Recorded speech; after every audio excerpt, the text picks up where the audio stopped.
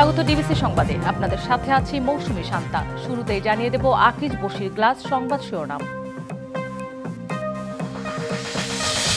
এখনো ভিসা হয়নি 14,349 হজ যাত্রীর। নির্ধারিত ফ্লাইটে যারা সৌদি যেতে পারেননি টিকিট রি ইস্যুতে লাগবে না ফি, জানালো মন্ত্রণালয়।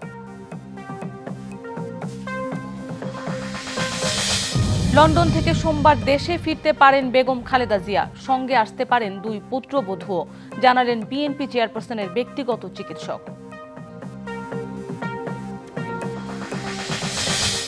ভারত পাকিস্তান যুদ্ধের দামামা। সংঘাত হলে প্রভাব পড়বে বাংলাদেশের অর্থনীতিতে। পরিস্থিতি বিবেচনায় বিকল্প বাজারে চিন্তা ব্যবসায়ীদের।